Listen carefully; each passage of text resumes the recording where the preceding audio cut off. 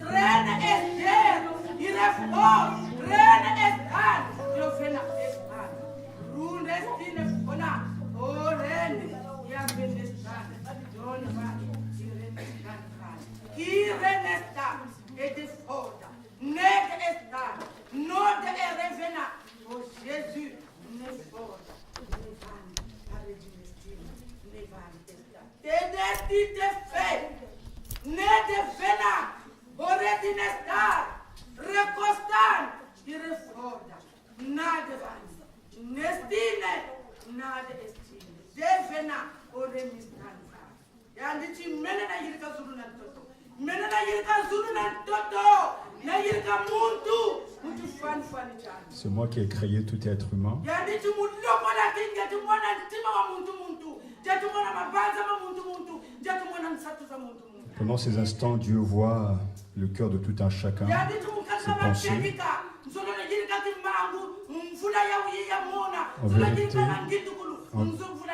En vérité, je veux faire des grandes choses pendant cette année 2014. Le Seigneur te dit de quitter ton péché,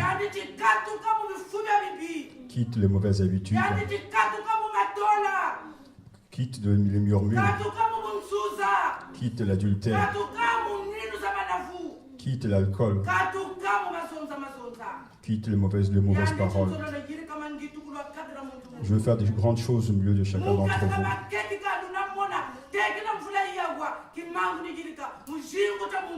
Tu verras que maintenant que ce que Dieu va faire vraiment dans la vie de tout un chacun. Il y a une vérité que vous devez garder, vous devez prier. Vous devez aussi savoir que Matania est la volonté de Dieu.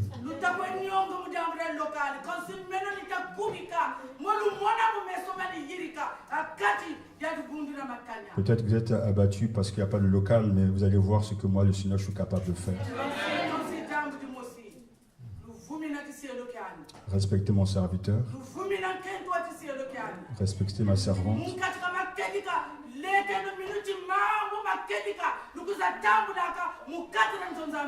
Vous devez croire et accepter avec foi que vous venez entendre la parole de Dieu dans ce lieu. Il y a trop de laisser aller, de tout un peu n'importe quoi.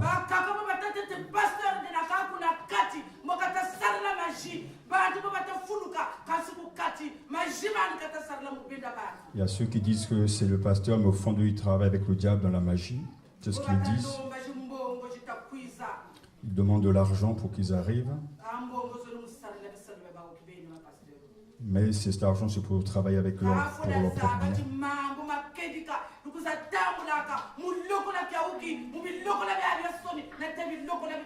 Et vous ne devez jamais oublier que vous venez entendre la parole de Dieu, la vérité.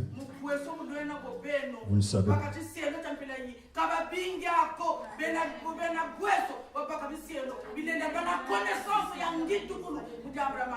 Vous ne savez pas, vous ignorez pas le privilège que Dieu vous a donné d'avoir un tel serviteur, d'avoir une telle connaissance.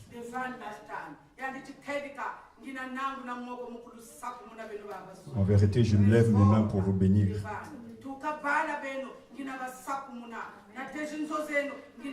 Je bénis vos mains, vos maisons, vos enfants, vos voix, je les bénis.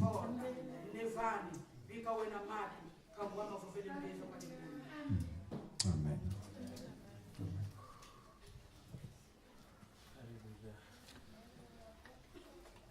Nous voulons regarder ces choses, les écrire pour y répondre favorablement. Et que tous ceux qui ont péché demandent pardon au Seigneur. Ceux qui pensent que l'on demande l'argent pour nous-mêmes et qui au fond pensent ces choses, Dieu aussi vous voit, il vient de le révéler. Il faut se repentir. Nous sommes devant le Seigneur, il voit tout, il connaît tout. Dieu notre Père, nous te remercions parce que tu es vivant. Amen. Tu ne dors pas. Amen. Tu ne sommeilles pas. C'est vrai qu'il se passe des choses dans le monde secret des uns des autres. Des choses que toi, tu as su nous révéler, nous démontrer. Des choses aussi que tu viens encore de nous confirmer. Mais nous te bénissons parce que nous ne voulons pas regarder à l'activité du diable. Nos yeux sont fixés sur toi parce que nous sommes à ton service pour te glorifier, pour te bénir, pour que les âmes que tu as prédestinées au salut entendent l'évangile et soient sauvées. Nous te prions que, Seigneur, ta parole puisse porter du fruit. Nous te prions que ce que tu as promis soit accompli en cette année. Oui, nous attendons à voir des grandes choses et nous le verrons. Parce que tu n'es pas un Dieu qui parle en vain. C'est toi qui vas nettoyer cette assemblée. Car tu veux des fondations sûres et solides. Une église pure, sainte, établie sur la vérité. Prions que ton esprit soit à l'œuvre. Tu vois ces absences qui ne sont pas involontaires. Nous savons que l'action de Satan est à l'œuvre. Mais nous te prions que l'aveuglement soit banni du milieu de nous. Que l'évangile soit compris par tous ceux qui fréquentent nos lieux de culte. Et que la lumière puisse descendre de haut du ciel pour éclairer les yeux des uns et des autres pour que nous puissions accepter et vivre selon ton évangile à toi. Nous te bénissons pour toutes choses. Je te bénis pour ma vie, je te bénis pour mon épouse, je te bénis pour le ministère, je te bénis pour Matania. Que tu bénis parce que je sais que tu diriges toutes choses. Que ton nom soit glorifié. Bénis aussi notre sœur Mahabar. Bénis aussi, continue à l'utiliser pour ta gloire. Au nom de Jésus-Christ, notre Seigneur et Sauveur. Amen. Je vous invite à ouvrir vos Bibles dans l'épître de Paul aux Philippiens, chapitre 2. Voilà, on peut se lever, merci Michel. Philippiens, chapitre 2, verset 6.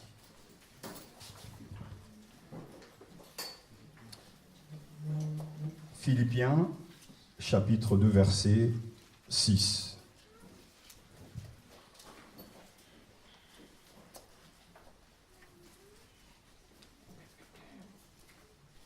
Lui qui est de condition divine n'a pas considéré comme une proie à saisir d'être l'égal de Dieu.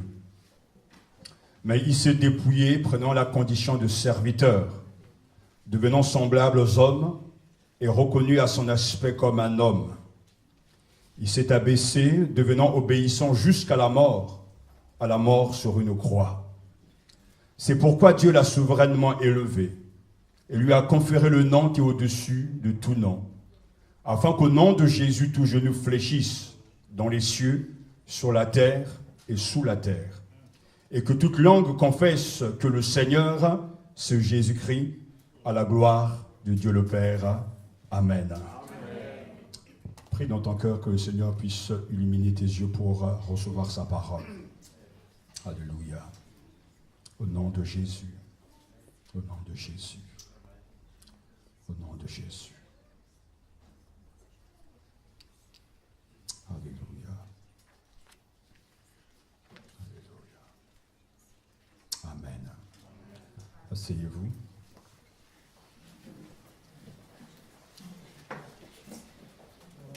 Tout est dans cette confession de foi.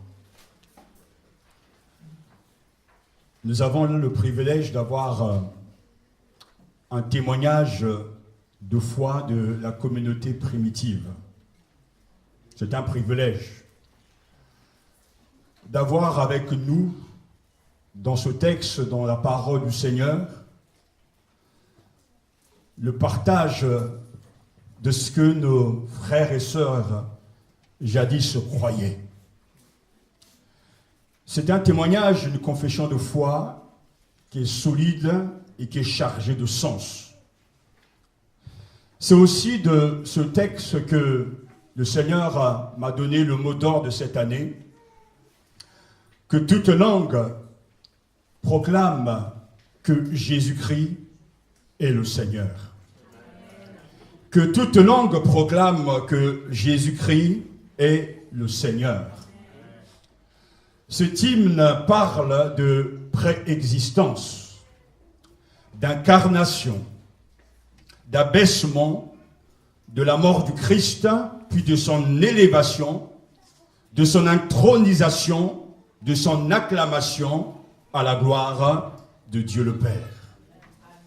C'est très important pour nous que nos convictions soient forgées, formées par la parole du Seigneur. Je l'ai souvent dit que ce que nous croyons affecte ce que nous sommes et ce que nous disons et ce que nous faisons aussi. Si je crois le mensonge du diable, cela va m'affecter.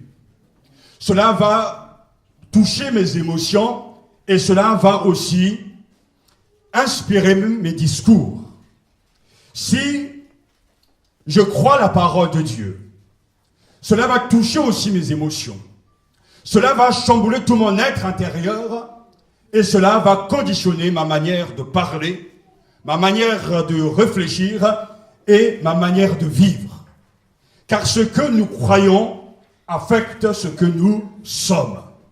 Et dans cet hymne, nous avons donc une véritable confession de foi.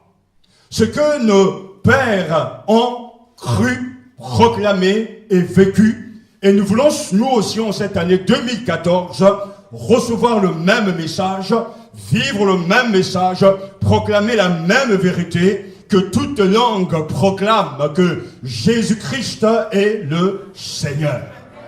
Que toute langue proclame que Jésus-Christ est le Seigneur. Et il est. J'aimerais vous partager une vision que mon épouse a eue parce que ce message n'est pas simplement un message. J'ai prêché sur plusieurs vérités pendant plusieurs années. J'ai prêché sur la croix, j'ai prêché sur le royaume des cieux et j'ai souvent dit que le royaume des cieux est au cœur de la prédication de Jésus. Je pourrais aussi, j'ai prêché sur la sainteté, sur la louange, mais parler de la seigneurie de Jésus-Christ est la vérité et la doctrine la plus élevée de toute la Bible. C'est-à-dire que lorsque nous proclamons que Jésus est le Seigneur, Jésus-Christ est le Seigneur, nous sommes en train de proclamer la plus haute, la plus grande de toutes vérités que nous trouvons dans les Écritures. Tout ce que nous devons accepter se trouve là. Tout ce que nous voulons expérimenter se trouve là. Depuis plusieurs semaines, le Seigneur a commencé à travailler mon cœur sur cette vérité. Certains diront, oui, mais on a déjà entendu parler de ces choses, mais je prie, et nous avons prié que la lumière vraiment brille dans vos esprits pour voir et recevoir la vérité que Jésus-Christ est le seul Seigneur. Ce que nous croyons affecte ce que nous sommes. Et c'est pour ça que nous devons comprendre que nos convictions doivent reposer sur des faits bibliques. Lorsque le Seigneur a commencé à œuvrer dans mon cœur, et alors que je cherchais sa face pour avoir le mot d'ordre de cette année, il a commencé à me parler de ces choses. Bien qu'il y a quelques mois, j'ai prêché sur ce thème, mais cette vérité a commencé à me saisir intérieurement. Et il y a quelques jours de cela, donc, mon épouse a reçu une vision. Et dans cette vision, pour vous expliquer que nous pouvons expérimenter des choses et nous comprenons que la doctrine après. Je vous ai dit l'année dernière que Dieu m'a expliqué la providence et pourtant j'ai vécu la providence toute ma vie. Ce n'est pas l'expérience, ni les visions, ni les songes, ni les manifestations charismatiques qui doivent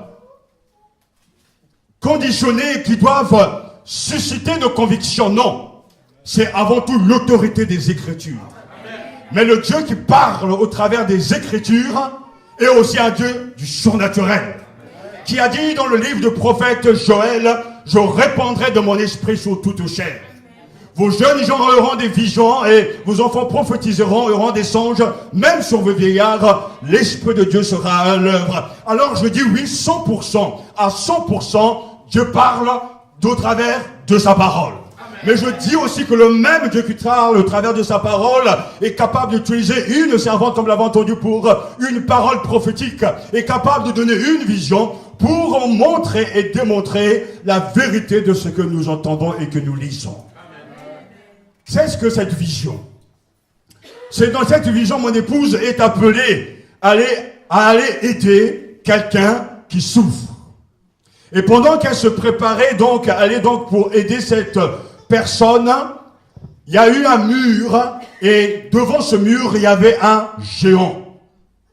Et ce géant était accompagné. Le but de ce géant était de faire en sorte que mon épouse n'aille pas aider cette personne. Alors le géant manifestait sa colère. Le géant était là pour dire que de toute façon, tu ne pourras pas passer. Et dans cette vision, il y a eu donc un combat spirituel. Le combat spirituel, c'est bien sûr la prière. Il y a une lutte. Et le Seigneur a permis que mon épouse puisse triompher et pouvoir passer ce mur. Et comment cela s'est fait-il passer? Il y a eu comme un vent qui est venu, comme un souffle de l'esprit qui l'a soulevé, parce que tout autour de ce géant, il y avait donc comme un jardin d'épines. Et personne ne pouvait passer. Mais le souffle de Dieu l'a soulevé et l'a fait passer cette première épreuve. Elle poursuivait son chemin. Et tout d'un coup, est apparue encore une femme. Cette femme était accompagnée.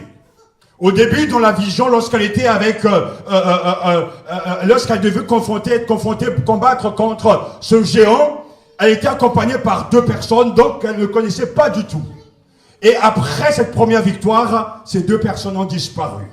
Et arrive l'autre deuxième étape, il y a une femme qui était là, et cette femme était particulière. Elle était vêtue d'un vêtement de cori.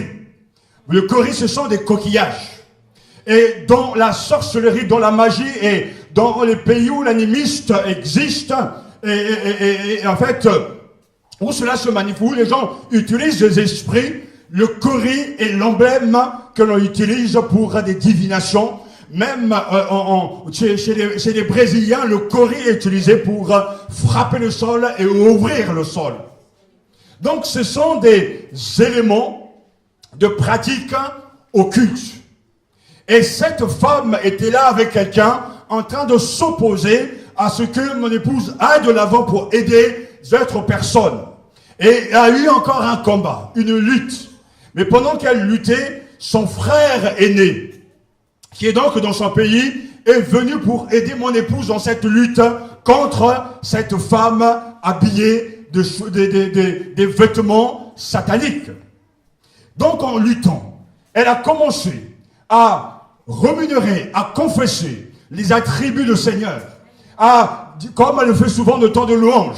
Pendant qu'elle était en train de le faire, l'autre aussi était en train donc d'envoyer des incantations, des malédictions, des choses vraiment terribles. Mais en même temps, elle aussi a barré cela par des paroles de Dieu. Jésus est l'alpha et l'oméga. Elle confessait les attributs du Seigneur. Mais pourtant, cette femme ne bougeait pas. Elle était là, sûre d'elle, pensant qu'il n'y a rien qui va se passer. Mais ce que je veux vous dire aussi, pendant qu'elle était en train de lutter, spirituellement, moi je me suis réveillé dans la nuit et je la voyais en train donc de combattre. J'ai pas voulu la réveiller. Moi-même, je suis entré en esprit pour prier, Seigneur, dans le combat qu'elle est en train de mener, tu sois vraiment son guide, tu sois sa puissance. Je priais pour elle. Parce que je savais que c'est une manifestation charismatique. Alors, dans ce qui se passe, mon épouse a réussi à se dégager donc des griffes donc de cette femme et à escalader ce mur qui empêchait d'aller secourir la personne. Elle a réussi donc à secourir la personne, mais en revenant, elle voit son frère par terre. Parce que cette femme avait commencé à prendre comme des aiguilles en train de piquer le corps de son frère. Son frère était là en fait pensant aider sa sœur de manière charnelle en donnant des coups de poing. Mais nous devons savoir que nous n'avons pas lutté contre la chair et le sang, mais contre des esprits mauvais dans les lieux célestes. On ne combat pas le diable avec des forces physiques, mais va que le seul glaive, la parole de Dieu. Alors, quand elle est arrivée, donc, elle a commencé à prier et elle a commencé à prononcer des paroles dès qu'elle a ouvert la bouche en disant « Dieu lui a donné le nom qui est au-dessus de tout nom. » Cette sorcière a dit « Ah non, ne dis pas ça, tais-toi. » Que Dieu l'a donné le nom qui est au-dessus de tout nom, il a reçu le nom qui est au-dessus de tout nom. Jésus est Seigneur. Dès qu'elle a prononcé cette parole, il y a eu le feu de Dieu qui est sorti et qui a repoussé cette femme. Elle a pris la fuite. Elle s'est réveillée. Elle m'en a parlé. J'ai entendu. Les jours ont passé. Le jour de l'an, nous appelons nos familles. Et nous avons appelé son grand frère en question pour lui souhaiter les meilleurs vœux. Et là, on apprend que pendant plusieurs jours, il était très malade. Il ne pouvait pas se lever, il ne pouvait pas marcher. Pourtant, c'est un homme grand, un gaillard, plus gaillard que moi. Mais il fallait le soulever parce qu'il avait mal partout. Et au moment où mon épouse lui raconte cette vision, et là il s'ouvre, il ouvre son corps pour dire voilà ce qui m'est arrivé. Je n'ai pas voulu vous appeler pour vous alarmer, mais je suis vraiment mal et je dois demander à mon petit frère de venir m'aider parce que je n'arrive même pas à marcher. Cela veut dire que quand des choses se passent dans le monde spirituel, il y a aussi des conséquences dans le monde naturel. Nous, on ne savait pas lorsqu'on a appelé, il nous a partagé cela et il va ajouter, il y a 2 femmes dont je sais qui me veulent du mal. Et c'est là où on a bien compris ces forces-là. Après avoir parlé, mon épouse a dit, voilà, de toute façon, mon mari va prier pour toi. Et comme moi je savais, nous on savait ce qui s'était passé, on a rappelé et j'ai prié pour lui au téléphone. Mais je n'ai pas prié pour demander des choses. J'ai confessé la victoire de celui qui a reçu le nom qui est au-dessus de tout nom. J'ai simplement recommandé au Seigneur qui est le Seigneur de tout ce qui se passe.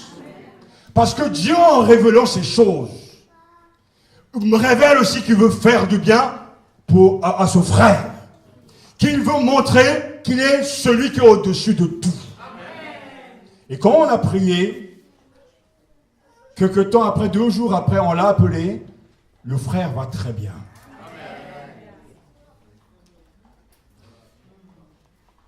Que toute langue proclame que Jésus-Christ est le Seigneur. Durant toute cette année, cette vérité sera la seule vérité à comprendre et à pratiquer. Je sais qu'il y a des forces terribles, des démons puissants, mais je sais aussi que mon Seigneur est au-dessus de toutes ces autorités. Je sais que la victoire de Jésus appartient à tous les croyants. Je sais que je triompherai, on triomphera par rapport grâce à cette vérité, car Jésus est le seul Seigneur. Lorsque Dieu vous révèle des choses dans le monde invisible, en vision, vous pouvez être sûr et certain que cela va se manifester dans le monde physique. La Bible a 2 réalités. Le monde invisible qu'on ne voit pas. Et nous savons que dans le monde invisible, Jésus est couronné de gloire et d'honneur. Et le monde visible dit le contraire de ce qui est invisible. Mais nous croyons ce qui est écrit. Et ce qui est écrit est la seule vérité. Alors, arrière de nous les sentiments contraires. Arrière nous les mauvaises pensées, les circonstances contraires. Oui, que toute langue proclame que Jésus-Christ est le Seigneur et il est. Alléluia. Dans cet hymne magnifique, cette vérité est là pour nous rappeler que nous aussi, nous devons prendre le chemin de la victoire. Lui, le Seigneur, a triomphé. Lui, le Seigneur, est descendu ici-bas. Mais Dieu l'a surélevé. Dieu l'a élevé à la plus haute place et lui a donné le nom qui est au-dessus de tout nom. Dans cet hymne où nous partageons la confession de foi de l'Église primitive, il y a vraiment comme ici une description de la carrière de Jésus. D'abord, verset 6, il est question de la préexistence du Seigneur, lui qui est de condition divine. Versets 7 à 8, il est question de la vie terrestre de Jésus qui s'est montré obéissant jusqu'à la mort. Et versets 9 à 11, il est question de l'élévation à la dignité de ce Seigneur. Alléluia. Jésus-Christ s'est humilié. Jésus-Christ s'est abaissé et c'est pour cela qu'il va recevoir le nom qui est au-dessus de tout nom. Jésus, préexistant en sa condition de Dieu, renonce non à la nature divine, mais à la gloire qui est intrinsèquement attachée. Lui qui est de condition divine n'a pas considéré comme une proie à saisir d'être l'égal de Dieu, mais il s'est dépouillé. C'est la première étape. Nous devons bien cerner ce qui se dit et ce qui l'on entend. Jésus, avant de venir sur cette terre, était Dieu et restera toujours Dieu. Il est éternel, infini et immuable dans son être. Lui qui est de condition divine n'a pas considéré comme une proie à saisir d'être l'égal de Dieu. Mais il s'est anéanti et prend la condition de serviteur, devenant semblable aux hommes, c'est-à-dire partageant toutes leurs faiblesses à l'exception du péché. Le Seigneur qui est Dieu s'est humilié, il s'est dépouillé. Comment? En prenant la condition de serviteur, devenant semblable aux hommes et reconnu à son aspect comme un homme. C'est ce qu'on appelle l'incarnation. Le Christ est devenu homme. Un homme comme nous.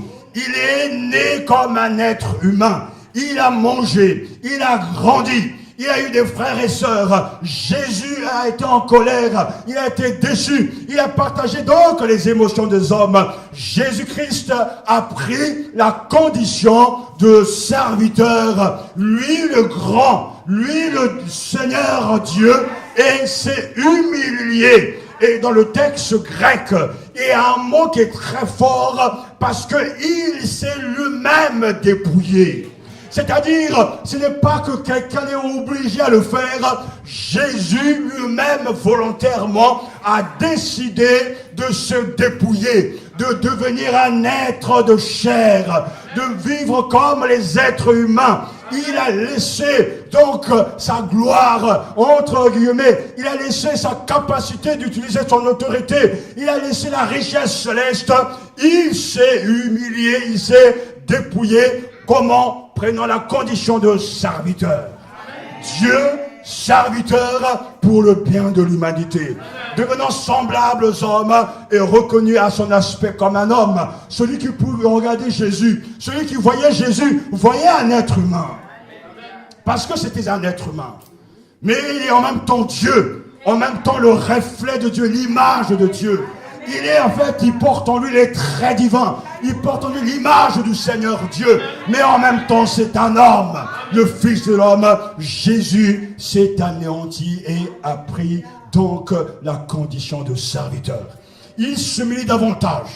Encore et encore en acceptant dans l'obéissance la mort ignominieuse de la croix. Mais il s'est dépouillé. Verset 7, prenant la condition de serviteur, devenant semblable aux hommes et reconnu à son aspect comme un homme. Et il s'est abaissé, verset 8, devenant obéissant. Soulignez bien ce mot, jusqu'à la mort. À la mort sur une croix. Pour tous ceux qui connaissent les Écritures, nous savons que la mort sur une croix, c'est la mort la plus terrible. C'est la mort qui est en fait que subissent les brigands, les traîtres, les voleurs, les pécheurs. Jésus, lui, le juste, s'est humilié en devenant un serviteur. Mais ça n'a pas suffi, il est allé jusqu'au bout de ce qu'un homme ne peut pas faire, jusqu'à la mort sur une croix. Ainsi, quand Jésus est en train de mourir sur la croix, il porte mes péchés, il porte tes péchés, il porte tes crimes, il porte tes impuretés. Jésus s'est humilié jusqu'à la mort. À la mort sur une croix. C'est ça la force et la puissance de ce message. C'est un acte volontaire. Il s'est dépouillé. Il s'est anéanti afin de sauver l'homme. Qui a tué Jésus? C'est pas simplement les Juifs, c'est vous et moi. Parce qu'il mourait sous la croix pour le péché de l'humanité.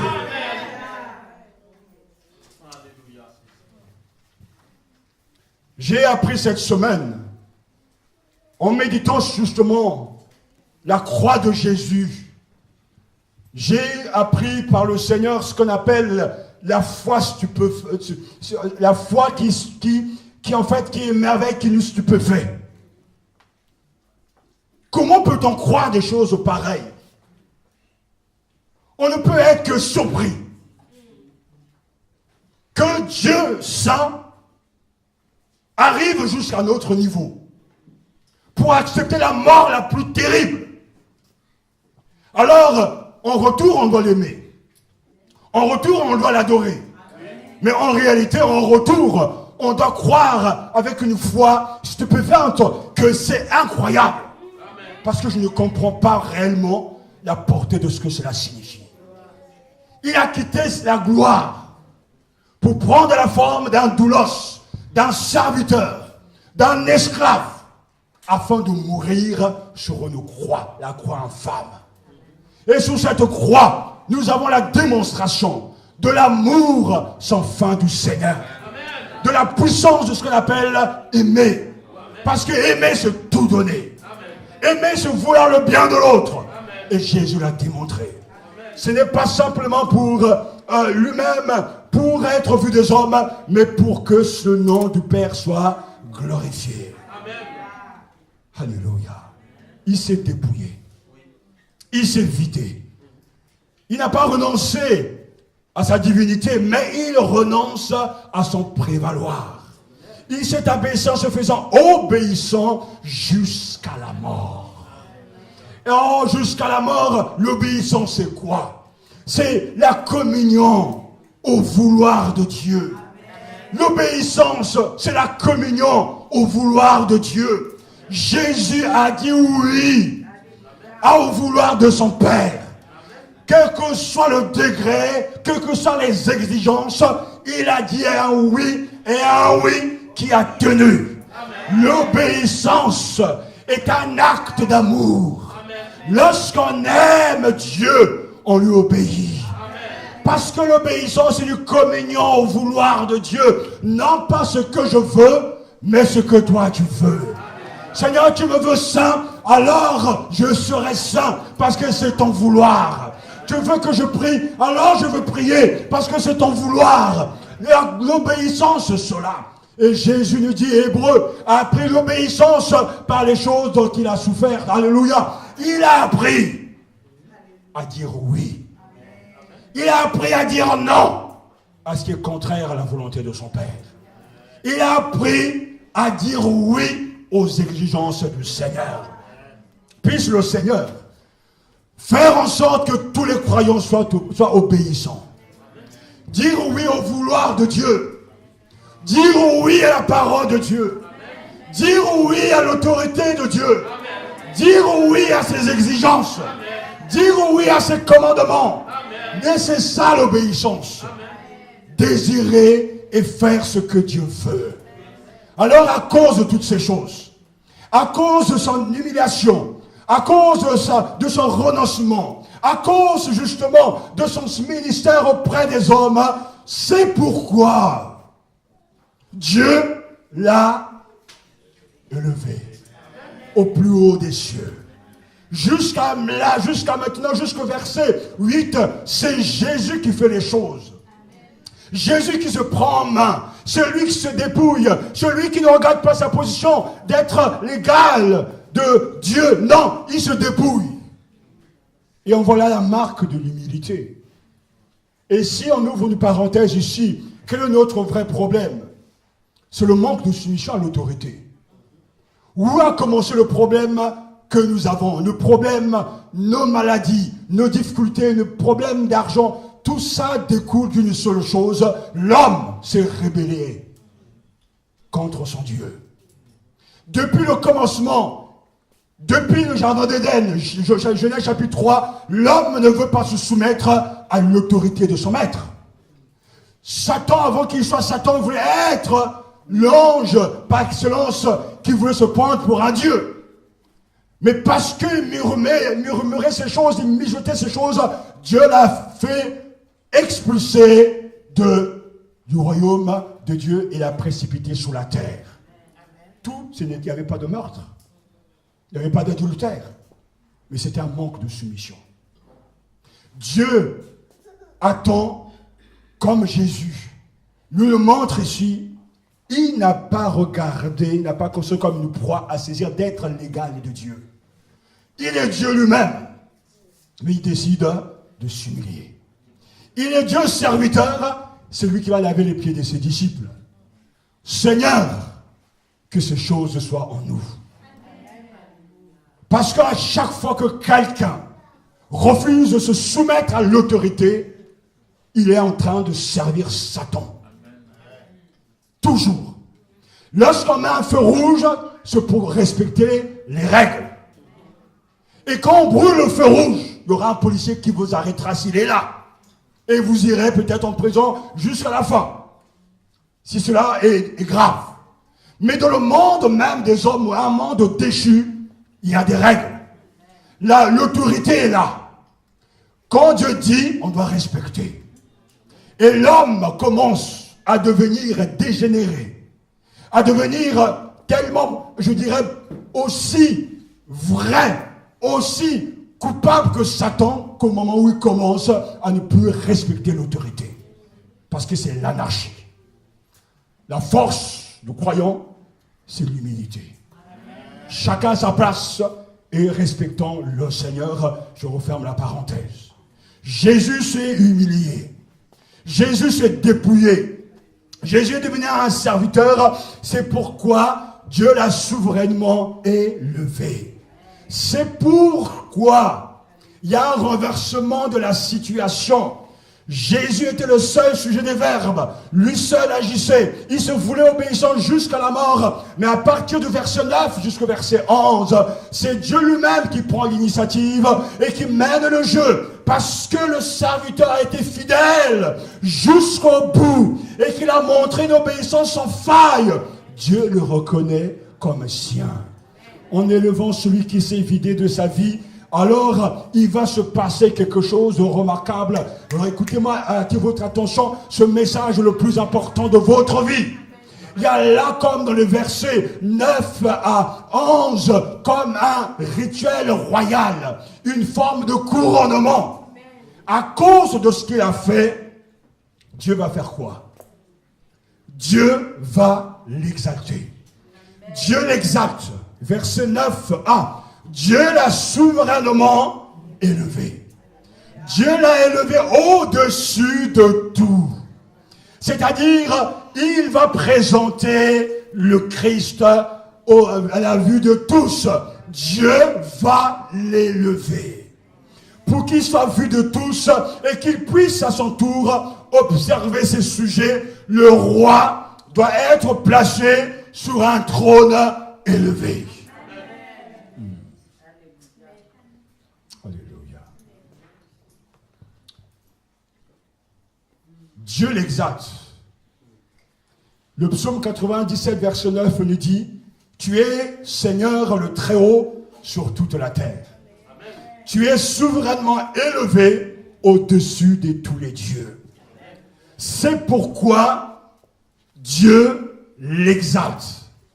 Dieu l'a souverainement élevé. Littéralement surélevé. Et le préfixe de ce mot grec, hyper, veut dire au-dessus d'eux, plus haut. C'est-à-dire plus haut qu'avant, mais au plus haut, d'une façon suprême. D'où Dieu l'a élevé à la plus haute place. Alléluia. Dieu l'a élevé à la plus haute place. Cela implique vraiment l'honneur suprême accordé à Christ, à sa position de Seigneur. Dieu l'a élevé à la plus haute place. Je sais que vous avez du mal à comprendre ces choses. Mais le défi qu'on va relever cette année, c'est rien que ce défi-là. Vous savez, quand une vérité n'est pas une révélation dans les esprits, on ne vit pas la vérité. Il faut que la lumière brille dans les esprits pour comprendre la portée, la dimension incroyable de ce qui est en train de se dire et de ce que l'on entend. Dieu l'a exalté au plus haut. Il a reçu vraiment là une présentation sans précédent. Au-dessus, tout le monde le voit. Au-dessus, Jésus voit tout. Dieu l'a exalté au plus haut des cieux. Alléluia. C'est là la présentation. Nous avons un Seigneur qui est entré dans la gloire. Et cette vérité acceptée est une vérité qui change beaucoup de choses dans la vie. Parce que tout ce qui peut arriver et qui arrivera, le Seigneur est au-dessus de tout ce qui existe. Mais nous devons reconnaître que c'est là l'œuvre de Dieu, le Père. Il a exalté son Fils. Ensuite, après l'avoir présenté à la vue de tous, que va-t-il faire? Il nous donne le nom qui surpasse tous les noms. Verset toujours 9, Dieu l'a élevé, souverainement élevé, et lui a conféré, écoutez bien, pas un nom, mais le nom, qui est au-dessus de tout nom. Ce n'est pas un nom qu'on lui a donné. Tout le monde sait que Jésus s'appelle Jésus. D'où la précision Jésus de Nazareth. Mais là, il reçoit le nom avec des majuscules. Et je veux que vous écoutez avec beaucoup d'attention. Parce que ce nom révèle beaucoup de choses. C'est une vérité qui existe, que nous avons déjà dans l'Ancien Testament. Le psaume 148, verset 13 nous dit « Louez le nom de Yahvé, car élevé est son nom, lui seul, sa splendeur domine terre et ciel. » Ésaïe chapitre 12, verset 4. « Rendez grâce à Yahvé, c'est le nom de Dieu. Proclamez son nom. Redites-le, élevé est son nom. » Et Dieu le Père lui a conféré le nom.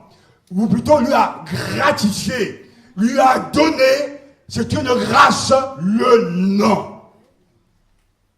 Qui connaît ce nom? Bon non, ce n'est pas Jésus. Ce n'est pas Christ. Kyrios, Seigneur. Alléluia. Le nom que Dieu donne, c'est le nom Seigneur. Comprenez-moi bien. Dans l'Ancien Testament, le nom de Dieu était caché. Et Dieu l'a révélé à Moïse. Et vous savez où? Dans Exode chapitre 3. Lors de leur rencontre au buisson ardent, Dieu a révélé son nom. Et nous savons que ces 4 lettres qu'on appelle les tétragrammes, c'est un nom que personne ne peut prononcer parce que c'est un nom qui est trop sacré. D'où on a glissé dans ce qu'on appelle Adonai, le maître et seigneur. Et qu'on a traduit l'Ancien Testament en grec, ce nom a été donc traduit par Kyrios, c'est-à-dire en français, Seigneur. En latin, Dominus, c'est-à-dire Dominus, celui qui domine. Le nom que Jésus reçoit est le nom divin. Ce nom désigne Dieu comme le puissant, le Seigneur, le possesseur, le souverain, à qui a le pouvoir légal et l'autorité. Jésus est Dieu. Parce que ce nom est l'affirmation qu'il est Dieu, qu'il a toujours été Dieu. Le Père l'a souverainement élevé. Donc il est au-dessus. Mais il reçoit aussi le nom. Au sens absolu, non pas un nom. Et ce nom désigne Dieu comme le puissant, le Seigneur, le possesseur, le souverain qui a le pouvoir légal et l'autorité. Le nom n'est pas seulement une désignation qui distingue une personne d'une autre. Au sens biblique, il comporte également l'idée de la personnalité. Le nom est une personne, c'est quelqu'un. Le nom nous permet de connaître la position de la personne, de son pouvoir, son titre, sa dignité, son autorité. Si vous prononcez le nom de Barack Obama, tout le monde fait le lien que c'est le premier président, le président de la plus grande puissance au monde. Tout le monde arrive à comprendre ça. Si vous dites que vous appelez, je ne sais pas, M. Hollande, peut-être que les gens vont faire le lien avec le président. Si vous vous appelez, vous portez n'importe quel nom, mais il y a des noms de prestige où le prince arrive, tout le monde fait le lien. Parce que le nom est une dignité. Le nom est une personne. Le nom est une propriété. Le nom est une autorité. Jésus reçoit le nom qui est au-dessus de tout nom. C'est-à-dire le nom de Seigneur, le Seigneur. Et ce nom représente sa personne, son autorité. Alléluia.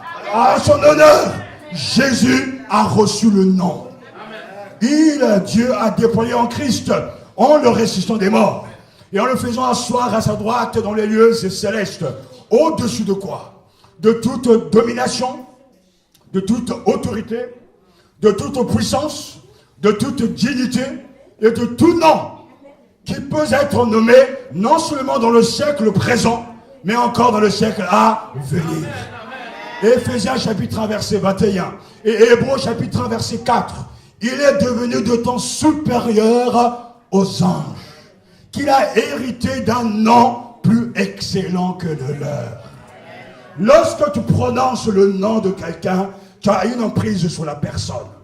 Notre joie était grande, je me souviens, quand j'ai appelé mon fils par son nom, il s'est retourné, il m'a regardé, il est venu vers moi. Parce que quand tu prononces le nom de quelqu'un, tu rends présent à la personne.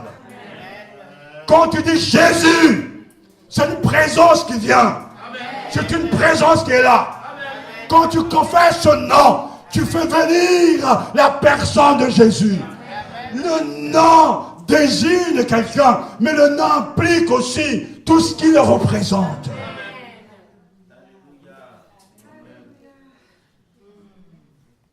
Les hommes se font un grand nom de 3 différentes manières. Écoutez-moi bien.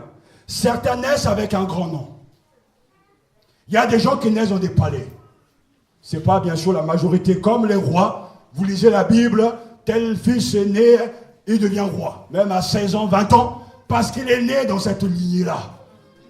Donc, il reçoit ce grand nom de ses pères. La deuxième manière de recevoir un nom, c'est lorsqu'on a fait des choses extraordinaires. Pendant plusieurs années, personne ne connaissait Nelson Mandela.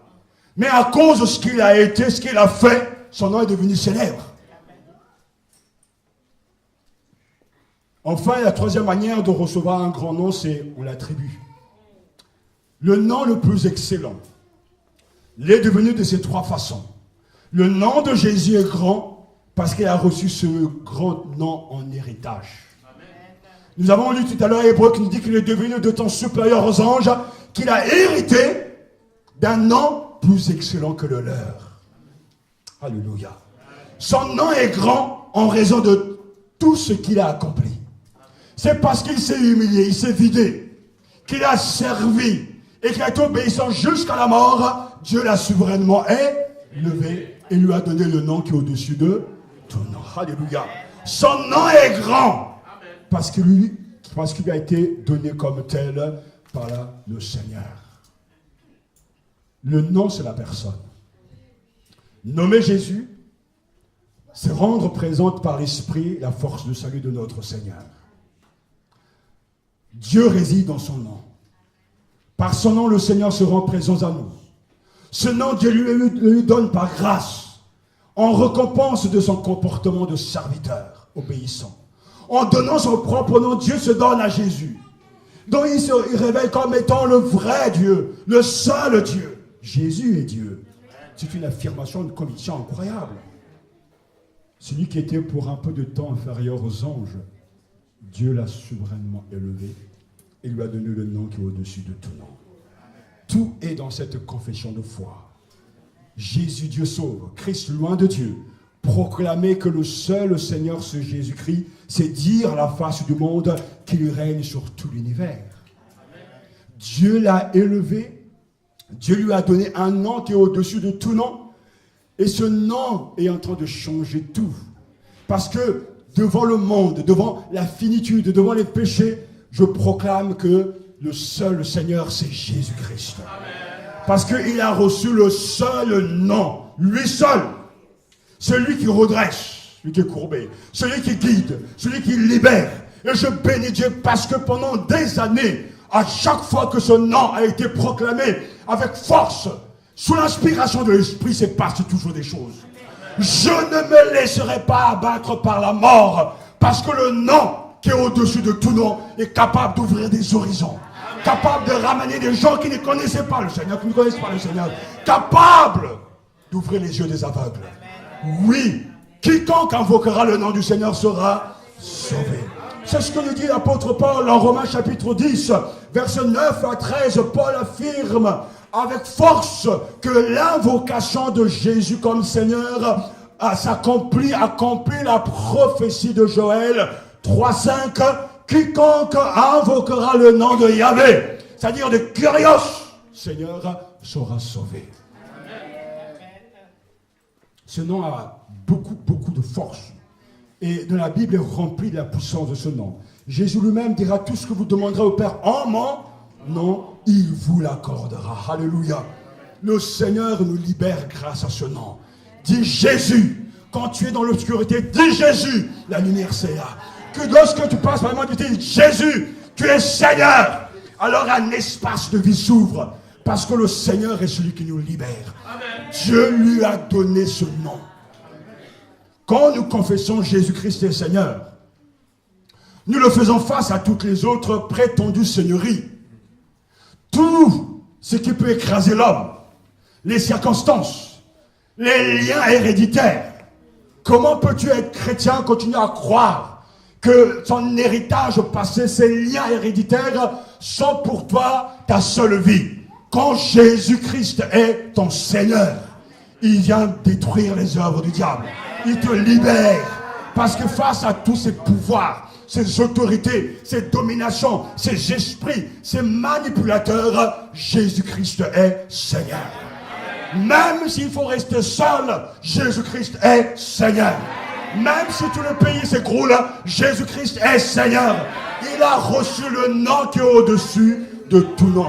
Face à tous les pouvoirs humains qui nous manipulent et qui revendiquent notre obédience, que ce soit la politique, les idéologies, l'économie, Jésus-Christ est Seigneur. Et toutes ces puissances occultes, ces satanistes qui manipulent dans l'ombre, qui tirent les ficelles, Dieu les voit. Je proclame que Jésus est le seul Seigneur. Car la seigneurie du Christ a fait de nous ses esclaves. Nous sommes à lui. Nous lui appartenons. Il est notre chef de famille. Donc rien ne peut arriver dans ma maison s'il n'a pas l'autorisation du maître. Il est notre maître de maison. Alléluia. Il est notre dignitaire et ecclésiastique. Dira Luther, Jésus est mon pape. Il est notre roi. Et notre empereur. Ce n'est pas un dictateur, lui qui est doux et humble de cœur. C'est lui qui dit, venez à moi, vous tous qui êtes fatigués et chargés, et je vous donnerai du repos. Il est le Seigneur serviteur. Vous m'appelez maître et Seigneur, et vous avez raison, car je le suis.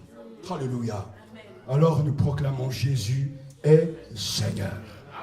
Le jour où tous les croyants même dans ce pays vivront cette vérité, et que Jésus sera le Seigneur de leur vie, il y aura quelque chose d'extraordinaire, mais ce jour ne pourra jamais arriver, parce que l'obscurité va grandir, et l'amour du plus grand homme va se refroidir, mais au sein de l'obscurité se lèvera des hommes et des femmes, un peuple que Dieu a choisi, et qui porteront haut et fort le message le plus puissant, l'évangile. Jésus-Christ est le Seigneur. C'est le seul message qui peut libérer. Amen. Dieu a souverainement élevé celui qui s'est fait serviteur. se rendant obéissant jusqu'à la mort de la croix, et lui a accordé le nom qui est au-dessus de tout nom, pour qu'au nom de Jésus, tout genou fléchisse, dans les cieux, sur la terre et sous la terre, et que toute langue reconnaisse que Jésus-Christ est le Kyrios. À la gloire de Dieu le Père, alléluia. Lorsque nous prenons au sérieux la portée de ce titre, et confessant que Jésus-Christ est Seigneur, quelque chose se passe. Parce que personne ne peut dire Jésus est le Seigneur sinon par l'Esprit Saint. 1 Corinthiens chapitre 12 verset 3. Avez-vous déjà lu dans les évangiles quelqu'un qui a un train d'interpeller le Seigneur, Jésus, fils de Dieu, aie pitié de moi, et Jésus n'a pas répondu.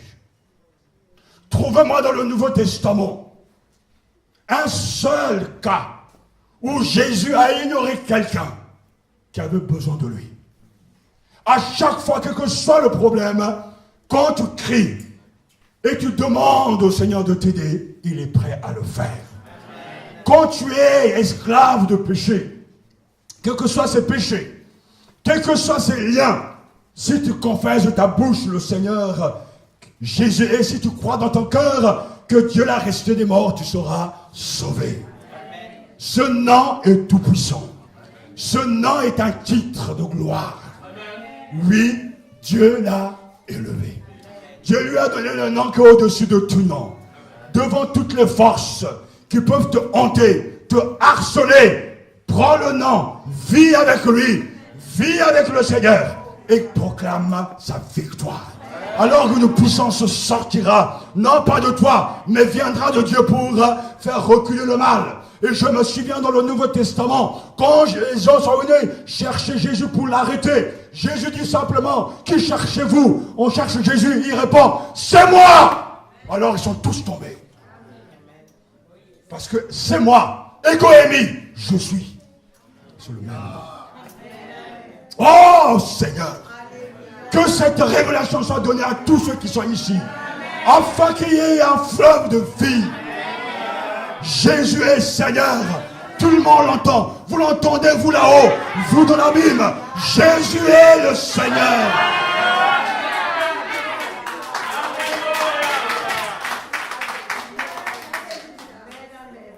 Comme ce cantique nous dit, même dans le tombeau, Jésus est Seigneur. Mon âme bénit l'Éternel. Alléluia. Merveilleux Sauveur. Alléluia. Tout ce qui est en train de se passer, tout, depuis le commencement, est en train d'être amené à cette finalité. Tout genou va fléchir. Toute langue va confesser que Jésus-Christ est le Seigneur. Tout ce qui est en train de se passer, ceux qui sont déjà morts, ceux qui vont mourir, ceux qui vont naître, tous vont vers la même destination, vers le même lieu pour proclamer la même vérité. Tout le monde un jour va s'agenouiller.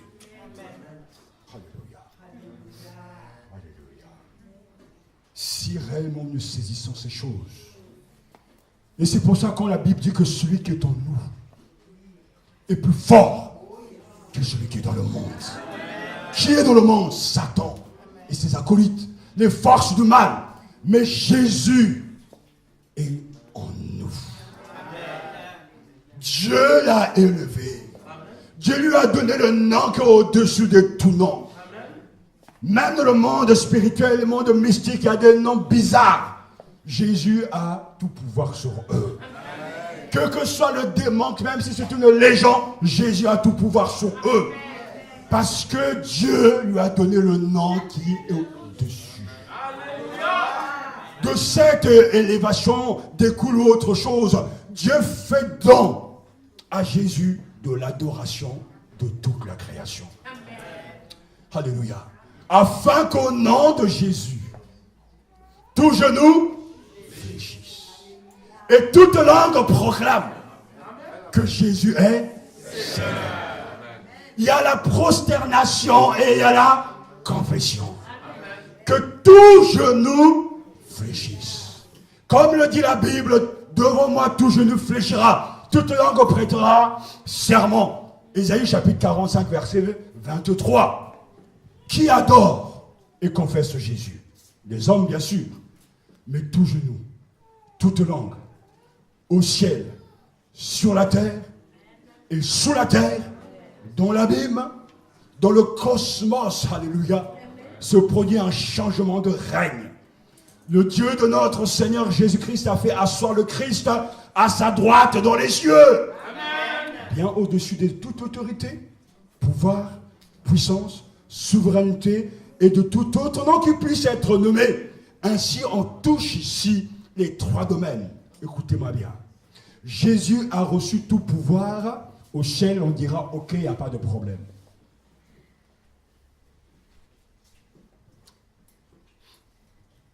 Parce que c'est sa maison.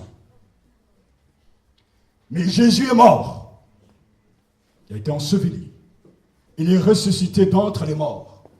Il est descendu dans le séjour des morts, au point même de dire, oui, il a reçu tout pouvoir au ciel, mais aussi à la fin de cette proposition, mais aussi dans l'abîme. Mais l'abîme ne nous intéresse pas parce que nous ne sommes pas. Mais au milieu se trouve sur la terre. C'est là où nous vivons. C'est là où nous sommes. Ainsi, l'autorité de Jésus ne s'exerce pas dans le monde invisible, le ciel, ou dans l'autre monde, l'abîme. Mais il s'exerce sur la terre. Amen. Là où nous sommes. Amen. Là où tu as des problèmes. Oui. Là où tu es confronté à des géants. Oui. Jésus exerce son autorité. Amen. Alors je bénis Dieu parce que cette vérité n'est pas pour le futur. Viendra ce futur magnifique. Mais cette vérité est pour maintenant. Amen. Ici et maintenant, amen. Jésus a tout pouvoir. Toute langue confessera qu'il est Seigneur. Alléluia. Afin qu'au nom de Jésus, tout genou fléchisse dans les cieux, dans l'abîme et sur la terre. Amen. Vous et moi, on ne pourra jamais échapper à cette réalité. Cachez-vous autant que vous voulez. Péchez autant que vous voulez. Mentez autant que vous voulez. Trichez. Mais un jour ou l'autre, ça s'arrêtera.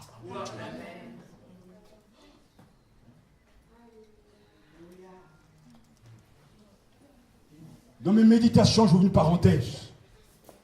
Alors que je lisais Genèse chapitre 3 et Genèse chapitre 4, on voit Caïn et Abel présenter des offrandes au Seigneur. Et nous savons que Caïn tue son frère Abel. Et je me suis écrié, mais comment se fait-il que Dieu permet cette injustice? Un juste est tué. Et ça se passe comme ça tous les jours dans le monde. Des innocents meurent.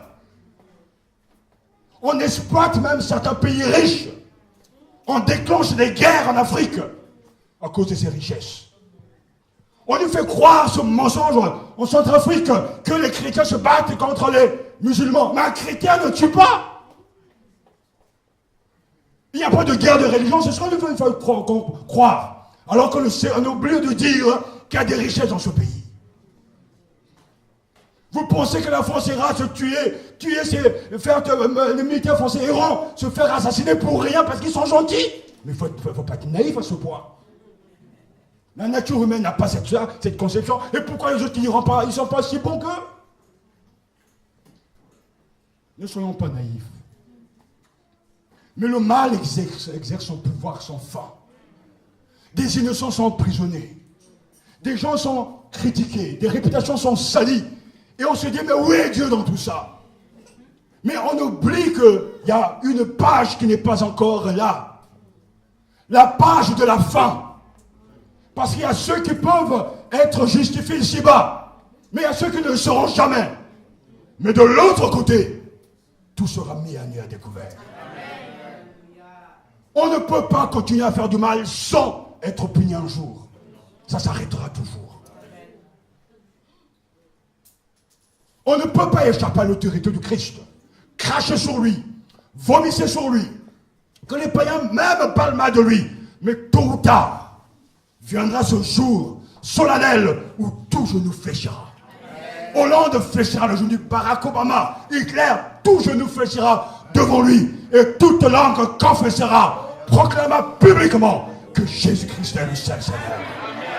On ne peut pas échapper au Seigneur. Non. Alors comme disait mon grand-père, continuez dans l'ombre à faire ce qu'il faut faire. Et Dieu est tellement clément qu'il laisse faire. D'autres souffrent. Mais un jour viendra. Un jour viendra. Alléluia. La totalité du cosmos est incluse dans cette confession. Au premier chef, l'humanité, mais aussi les forces hostiles à Dieu. Nous savons que Satan est déchaîné. Il est à l'œuvre. Il se croit fort. Il se croit invincible. Il a pratiquement, je dirais, carte blanche en tout. Mais il sera arrêté et emprisonné, jeté dans les temps de feu pour toujours. Nos pères nous ont précédés, sont morts dans la foi. Mais nous aussi, nous allons poursuivre dans la foi. Parce que nous croyons que Jésus est le seul Seigneur. Alléluia. Tout genou fléchira. Et c'est pour ça que Dieu donne à Jésus la souveraineté universelle. Ce que signifie le titre de Seigneur. Dans le temps où Paul écrit, lorsqu'un chrétien se levait pour dire que Jésus est mon Seigneur, mon vrai Seigneur, il avait affaire à César et à d'autres autorités. C'était carrément la peine de mort. Car tous les grands revendiquaient ce titre. Pour dire je suis votre propriétaire. C'est pour ça que personne ne peut dire que Jésus est Seigneur si ce n'est pas l'Esprit Saint. Humainement, on peut le dire. Mais le vivre, c'est autre chose. Devant nous, il se trouve ce grand défi 2014. Il est puissant. Que toute langue proclame que Jésus-Christ est le Seigneur. Dans ton travail, si tu le proclames, tu le vis, il y aura une différence. Dans ta maison, il y aura une différence. Dans l'église, il y aura une différence. Quand tu sortiras pour aller évangéliser, il y aura une différence. Parce que tu vois celui qui a reçu l'autorité universelle sur toutes choses. Et n'oublie pas que ce que Jésus a reçu, personne ne peut plus le lui ravir.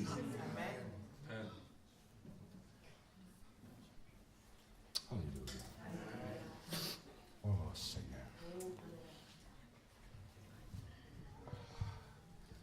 Tout mon corps va dans cette prédication.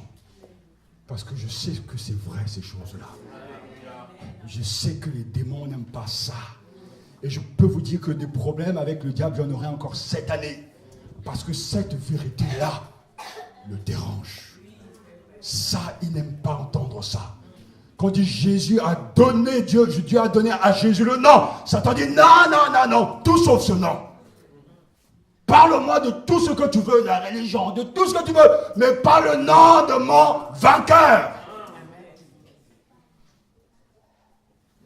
Et même si Satan ne le croit pas, dans certains livres, lorsque quelqu'un racontait cette histoire, qu'il est entré dans le séjour des morts, qu'il est entré dans le monde de Satan, que Satan était assis sur son trône, dès que la personne a dit Jésus, Satan est tombé de son trône.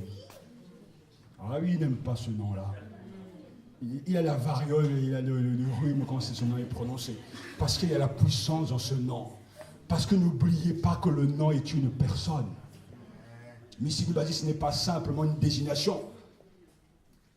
Mais c'est quelqu'un. Ou une famille.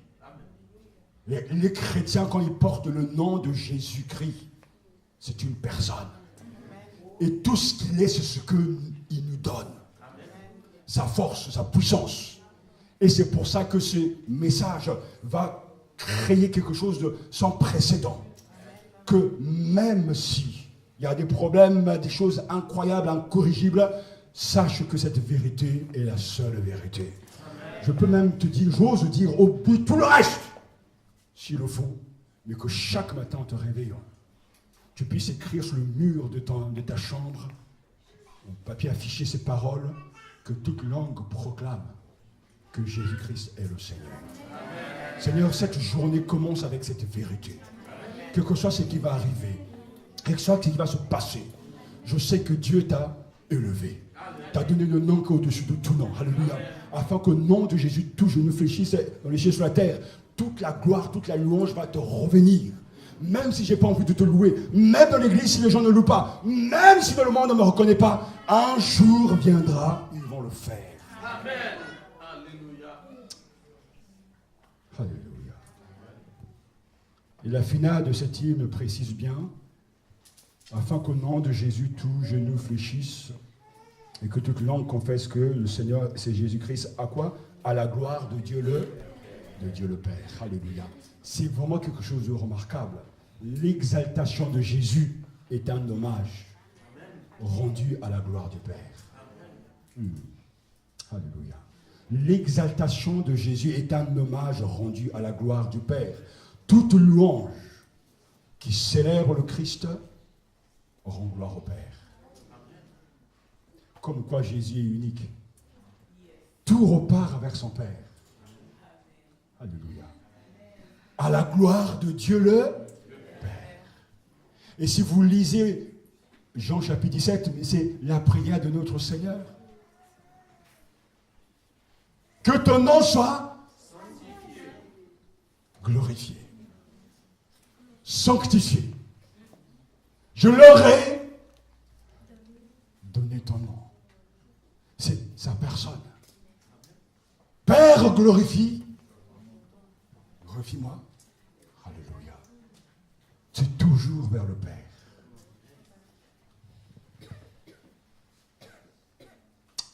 Seigneur, nous te remercions pour les défis qui sont devant nous. Mais qu'importe, les problèmes, les faux frères, les faux sœurs, les difficultés d'argent, les murmures, qu'importe les maladies, les situations de tristesse, de mort, Seigneur, une seule chose peut nous garder, c'est cette vérité. Jésus-Christ est le Seigneur. Sachant vivre dans l'unité et surtout dans une profonde humilité comme le Seigneur, Paul nous propose le Christ comme modèle. Et nous avons compris ce matin, j'espère avoir avec l'aide de Dieu, ce que cela implique, ce que cela signifie, que Jésus-Christ est le Seigneur. Il est Dieu et roi. Adorons-le. Soumettons-nous à lui et servons-le avec crainte et respect. Demain, cette semaine, jusqu'au dernier jour de cette année, que cette vérité reste gravée dans ton esprit. Quand tu vas commencer à broyer du noir, que toute langue proclame que Jésus-Christ est le Seigneur. Quand tu vas t'entourer par des gens qui veulent te décourager, que toute langue proclame que Jésus-Christ est le Seigneur. Quand tu vas entendre que ça ne marchera pas et que ça va être le désastre, que toute langue proclame que Jésus-Christ est le Seigneur. Quand tu vas être attaqué par des démons, que toute langue proclame que Jésus-Christ est le Seigneur. Quand tu vas dire que ton argent n'arrivera pas, que toute langue proclame que Jésus-Christ est le Seigneur. Mais cette vérité-là doit être vécue dans un cœur pur. Ce n'est pas de la magie.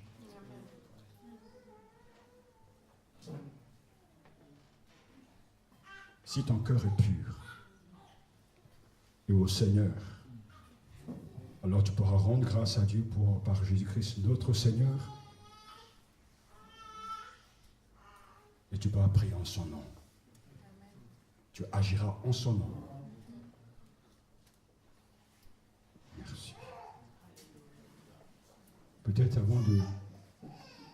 alors que nous allons nous arrêter, nous voulons baisser nos têtes devant le Seigneur. Cet évangile-là, il marche. Il marche même très bien.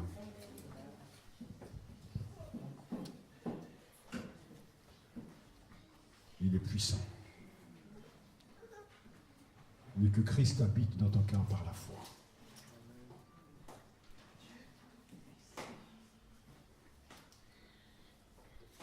Alléluia. Invite le Seigneur ressuscité et glorifié dans ta vie. Il ne s'agit pas de dire que Jésus est ton sauveur, qu'il a mort pour toi sur la croix, c'est bien, mais qu'il soit le Seigneur vraiment de tout ce qui t'appartient, parce que tout cela ne t'appartient pas. Et j'aimerais te dire que même si tu venais à perdre un être cher cette année, le Seigneur donne et il reprend. Que sa volonté soit faite. C'est lui le Seigneur qui décide de tout. C'est lui qui possède tout. C'est lui à qui tout appartient. Alors, ne te révolte pas contre lui quand il fait ce qu'il a envie de faire. C'est lui le possesseur, le souverain, le propriétaire de tout. Mais je peux aussi te dire devant le Seigneur que ces choses ne marcheront pas pour toi. Rien ne changera pour toi si ta vie n'est pas en règle avec Dieu. L'évangile n'est pas un livre magique. L'évangile nécessite la repentance, la conversion, la foi. Répands-toi de tes péchés. Demande pardon au Seigneur pour ce que tu sais que tu dois demander pardon. Ne t'endurcis pas dans ton orgueil, mais détourne-toi du mal. Le Seigneur saura lui-même graver ces vérités dans ton esprit. Et plus tu vas l'aimer, et plus il va te révéler des choses extraordinaires. N'oublie pas que Jésus a tout pouvoir, non pas seulement dans le ciel, ni dans la Bible, mais aussi sur la terre. Là où tu es, là où tu vis, là où tu vas, Jésus a le plein pouvoir. Tu te poses peut-être la question pourquoi ça ne marche pas dans ta vie. Parce qu'il y a des choses qui ne sont pas en règle avec ton Dieu. Il y a des péchés non abandonnés, non confessés. Il y a des choses que tu dois restituer. Il y a même un pardon public qui est nécessaire d'être demandé pour que tu puisses jouir de ces choses-là. Mais tu pourras aussi vouloir ne pas le faire, te justifier. Mais un jour viendra où tu vas le regretter. Jésus-Christ est le Seigneur de l'Église. À chaque fois que tu t'attaques à l'Église, tu t'attaques à lui. À chaque fois que tu t'attaques à ses serviteurs, tu t'attaques à lui. Parce qu'il est le Seigneur de l'Église, la tête de l'Église. Revois ta vie sérieusement devant le Seigneur. Regarde pourquoi l'Évangile ne marche pas. Pourquoi tu ne reçois pas des révélations, des visions, des songes, des manifestations. Pourquoi cette paresse? Il n'y a qu'une réponse à toutes ces choses, à toutes ces vérités, c'est le péché non confessé, non abandonné. Alors reviens au pied de la croix. Que cette année soit une année où tu viens au pied de la croix, tu restes au pied de la croix. Seigneur, j'ai péché contre toi, j'ai fait ce qui est mal à tes yeux. Je minimisais le péché. Et sachez ceci, que le plus grand des péchés, ce n'est pas reconnaître son péché. C'est de faire comme s'il n'existe pas. Mais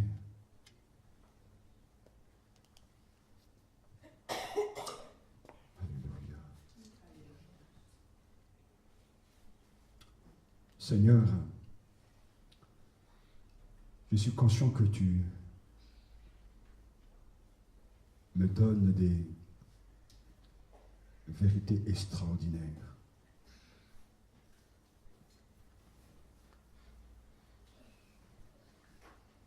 Je sais aussi que Satan ne cesse de s'énerver, de travailler avec plus de force, de doubler d'efforts, pour que ces vérités ne soient pas acceptées. Car il sait qu'au moment où tes enfants entreront dans la pratique de ces choses, ils deviendront puissants. Ils marcheront avec fermeté. Ils seront des vainqueurs. Seigneur, je veux avant tout te remercier pour la grâce que tu m'as donnée de m'avoir appelé à toi. Le privilège que tu m'as donné, que tu me donnes encore, d'écouter ta voix. Il arrive de me dire, mais Seigneur, comment ces vérités si incroyables soient données à une petite assemblée? Mais je sais que tu prépares autre chose. Je sais que tu as béni d'autres gens, que d'autres ont entendu ces messages, ont été bénis. Et je te rends grâce pour ces choses. Je te prie parce que la force et la portée de ces messages est une preuve que ceux qui sont ici, tu les aimes et que tu veux les faire grandir. Je ne suis pas le meilleur des prédicateurs, mais je connais la valeur de ce que tu m'as donné et tu me donnes. Père, révèle ton Fils, révèle l'Évangile au cœur de tous ceux qui sont ici. Tu vois le manque de consécration, tu vois ces absences répétées, tu vois, Seigneur, cette démission, tu vois tout cela, mais tu sais ce qu'il y a le plus profond du cœur de l'homme. Tu restes le Seigneur de l'Église, le Seigneur de l'histoire. Rien ne passe inaperçu devant toi. Nos besoins, tu les connais. Apprends-nous aussi à aimer ta volonté. Enseigne-nous l'obéissance. Apprends-nous à nous détacher des gens que nous pensons aimer, mais qui ne t'aiment pas. Apprends-nous à renoncer au monde et à ces choses et à t'aimer vraiment. Père, nous ne voulons pas un jour regretter ces occasions. Mais révèle-toi au nom de Jésus.